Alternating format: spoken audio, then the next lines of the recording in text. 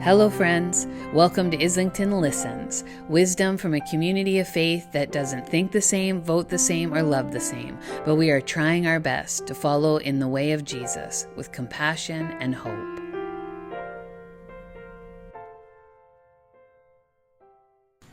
But I say to you who are listening, love your enemies, do good to those who hate you, and bless those who curse you, and pray for those who mistreat you. If anyone strikes you on the cheek, offer the other also.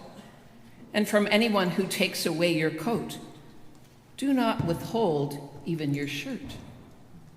Give to everyone who asks of you, and if anyone takes away what is yours, do not ask for it back again. Do to others as you would have them do to you. If you love those who love you, what credit is that to you? For even sinners love those who love them. If you do good to those who do good to you, what credit is that to you? For even sinners do the same. If you lend to those from whom you expect to receive payment, what credit is that to you? Even sinners lend to sinners to receive as much again. Instead, love your enemies, do good, and lend, expecting nothing in return. Your reward will be great, and you will be children of the Most High, for he himself is kind to the ungrateful and the wicked. Be merciful, just as your Father is merciful. Do not judge, and you will not be judged. Do not condemn, and you will not be condemned. Forgive, and you will be forgiven.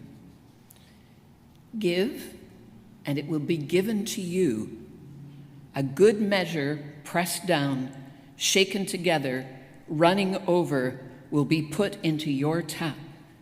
For the measure you give will be the measure that you get back.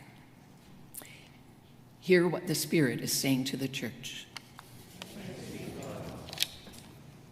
I'm wondering if our children can help me with a story this morning. I'm wondering if you know the story of Joseph. Do any of you know the story of Joseph? Yeah, a few people know. I wonder if you can remind me, what was Joseph's life like growing up? Who kind of was Joseph? Yeah? Well, he had a good life, but his brothers didn't really they were like, hey, they were jealous of him, and then they threw him in a well, and God made Joseph's story go from be good and bad. It was good and bad, yeah, totally. There was, Joseph's brothers didn't really like him, even though his father loved him a lot. He got thrown in a well. And eventually, where did he end up going? Being a prince. Oh, kind of. What did you say? He went to the sewer. He did go in a well, yes. And where did he go after that? Egypt? Yes, his brothers sold him and he ended up in Egypt. But he went on and God was with him in Egypt. Yep. And eventually, what happened to him? He became a prince. Kind of a prince, yeah. He was in charge of Pharaoh's kind of household and eventually put in charge of all of Egypt because he was interpreting Pharaoh's dreams and learned about a famine that was going to happen. And because he was there, he ended up helping the people to save food so that they could live through this hard time. And eventually, his brothers ended up coming to him because they didn't have any food either, and they needed the food that Egypt had been saving. And when his brothers were right in front of him and he was seeing them again for the first time, I wonder, what do you think he would have said to them? He said he put them in jail. You think he would have put them in jail?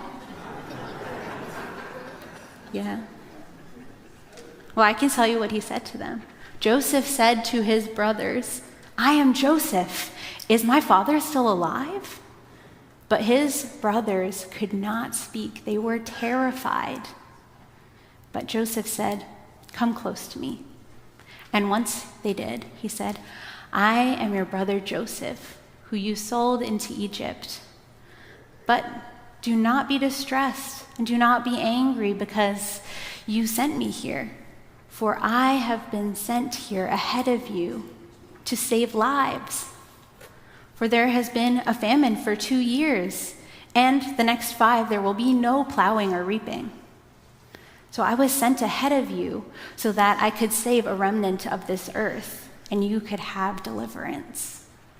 So you can see that it's not you who sent me, but it was God.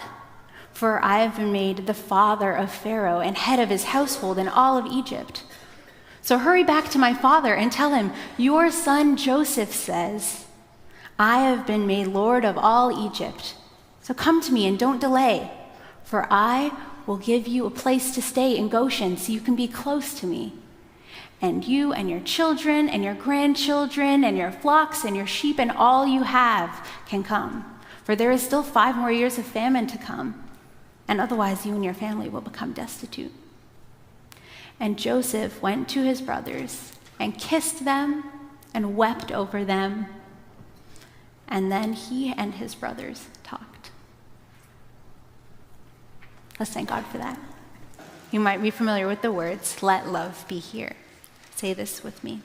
Let love be here. Hear them this morning as a prayer of God's world. Let love be here. Hear them as a prayer for the world's leaders making decisions. Let love be here. Hear them as a prayer for this week ahead when people exchange Valentines. Let love be here.